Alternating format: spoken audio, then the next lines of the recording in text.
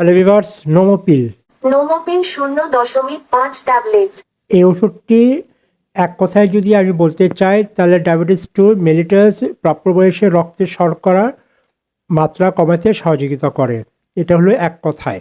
পর্যাপ্ত রক্তের শর্করা নিয়ন্ত্রণ অর্জনের জন্য এটি সাধারণত আপনার কি করে ডায়াবেটিসের ওষুধের সাথে নির্ধারিত হয়। এটি কিডনির ক্ষতিকর এবং অন্ধত্ব বলতে দৃষ্টিকর, এক কথায় ছানিতে এইগুলা খুব ভালো কাজ করে।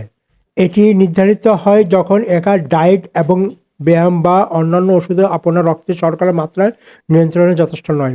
মনে করেন আপনি ডায়েটও করছেন না, ব্যায়ামও করছেন না, আর যেগুলো ওষুধ খাচ্ছেন সেটা যথার্থ কাজ করছে না, তখন এইটি আপনার কি করে ডাক্তাররা বা চিকিৎসকরা কি করে সাজেস্ট করে বা প্রিসক্রাইব করে। খুব ভালো কাজ করে এটি খাওয়ার আগে নিলে খুব ভালো। তাছাড়া ডোজ আপনার অবস্থা এবং রক্তের শর্করার মাত্রার উপর নির্ভর করে, তবে আপনার ডাক্তার পরামর্শ অনুযায়ী এটি ব্যবহার করা উচিত। আপনার ডাক্তার যদি বলে এটি ব্যবহার করতে, তাহলে ব্যবহার করবেন।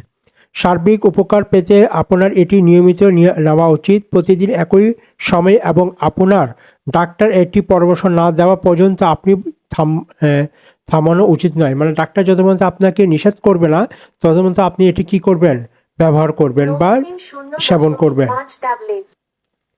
এটি আপনার রক্তের শর্করার মধ্যে নিয়ন্ত্রিত করেছে এবং ভবিষ্যতে গুরুতর জটিলতা ছাড়াতে সাহায্য করেছে।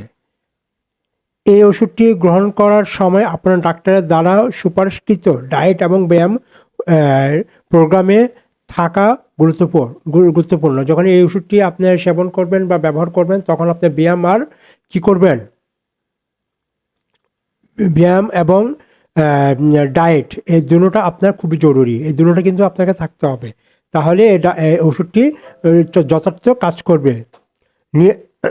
আরও আছে, একটু সাথে থাকুন। নিয়ন্ত্রণে এটি বড় ভূমিকা পালন করে। এই ওষুধ খাওয়ার সময় সবচেয়ে পার্শ্ব প্রতিক্রিয়া হলো নিম্ন রক্ত শর্করা মাত্রা, তারপর আপনি কম রক্ত শর্করার মাত্রা নিয়ন্ত্রিত করছে। চিনি বা গ্লুকোজ ক্যান্ডি বহন করতে পারেন।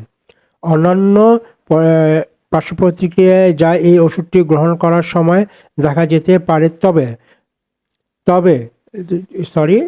করতে পারে, তার মধ্যে মাথা ঘোরা, পিঠে ব্যথা এবং ফুলোর মতো উপসর্গ অনুভুক্ত।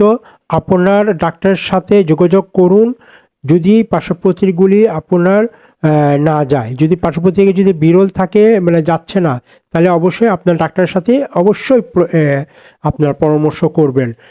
এটি ওষুধ গ্রহণ করার আগে আপনার ডাক্তারকে জানান যে আপনার কিডনি রোগ, হার্টের সমস্যা হয়েছে, বা আপনি যদি প্রচুর অ্যালকোহল পান করেন। মহিলাদের ক্ষেত্রে বলবো, গর্ভবতী বা বুকের দুধ খাওয়ানো মহিলাদের এটি নেওয়ার আগে তাদের ডাক্তারের সাথে পরামর্শ করা উচিত। আরও আছে, সাথে থাকুন। আপনি যে অন্যান্য ওষুধগুলি গ্রহণ করছেন সেগুলো এতে হস্তক্ষেপ করতে পারে, তাই নিশ্চিত করুন যে আপনার ডাক্তার আপনি যে অন্যান্য ওষুধগুলি ব্যবহার করছেন সেগুলো সম্পর্কে জানান। মানে আপনি যেগুলো ওষুধ খাচ্ছেন সেগুলো অবশ্যই আপনার চিকিৎসককে জানাবেন, ডাক্তারকে জানাবেন, নাহলে সমস্যা হয়ে যেতে পারে। আর এই ওষুধটি গ্রহণ করার আপনার অ্যালকোহল গ্রহণ সীমিত করুন, কারণ এটি আপনার রক্তের শর্করার মধ্যে কম হওয়ার ঝুঁকি বাড়িয়ে তুলতে পারে। অ্যালকোহল বলতে আপনার শুধু এটাকে বোঝায় না, আরও অন্য যেমন কোল্ড ড্রিঙ্ক, এগুলো কিন্তু অ্যালকোহল জাতীয়, এগুলো একটু এড়াই চলবেন। এক কথায়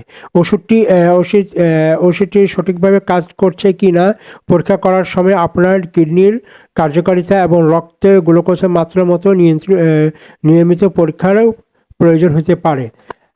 এগুলো কিডনি এবং আপনার শর্করা যে হচ্ছে না আছে, এগুলো কিন্তু আপনার কী করতে হবে, পরীক্ষা নিরীক্ষা করতে হবে। তারপরে এটি পার্শ্ব প্রতিক্রিয়ার মধ্যে কিছু আছে: সংযোগে ব্যথা, মাথা ঘোরা, পিঠে ব্যথা, ডায়রিয়া, ফুল মতো উপসর্গ, উচ্চ শ্বাসনালীর সংক্রমণ ইত্যাদি এগুলা সাইড এফেক্ট বলেন বা পার্শ্ব প্রতিক্রিয়া হইতে পারে। এ হলো মোটামুটি এই ওষুধের কার্যকারিতা এবং কি কাজ করে এবং এই পার্শ্ব প্রতিক্রিয়া যতটুকু পেরেছি আপনাদেরকে জানানোর চেষ্টা করেছি। যদি ভালো লেগে থাকে লাইক কমেন্ট শেয়ার করে দেবেন, সাথে থাকবেন। আজকে এইটুকুই, ধন্যবাদ, ভালো থাকুন, সুস্থ থাকুন, আসসালামু আলাইকুম।